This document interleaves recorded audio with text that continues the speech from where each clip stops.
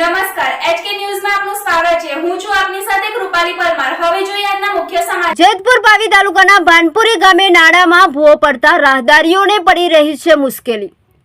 બાનપુરીથી હાથી પગલા જવાના માર્ગ પર એક છલિયા નાડા પર મોટા ભૂવા પડતા રાહદારીઓ જીવના જોખમે પસાર થઈ રહ્યા છે, જેમાં વહેલી તકે આ નાડા ઉપરના ઊંડા ખાડાઓને પૂરવામાં આવે એવી લોક માંગ ઉઠી છે।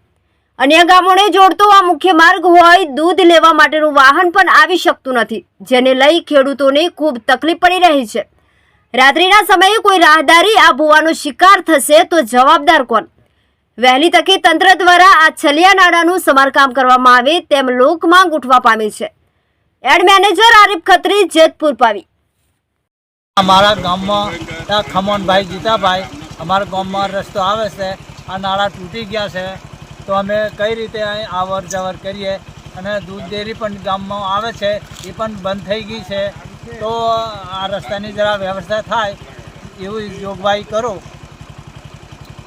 આ કયું ગામ છે તમારું? અમારું ગામ ભાનપુરી છે। અને આ જે નાળો છે એ કઈ બાજુ છે? ભાનપુરીમાં છે, ભાનપુરીની બેની વચ્ચે છે। આ પ્રોપર કઈ છે અહીંયા નાળો? નાળું અમારે ભાનપુરીમાં જ છે। આ પ્રોપર શું નામ છે તમારું? ખમણભાઈ જીતાભાઈ। ભાઈ ગામ ભાનપુરી અમારા નાળ તૂટેલું છે, તો વહેલી તકે બની જાય તેની સરકાર પાસે માંગ છે।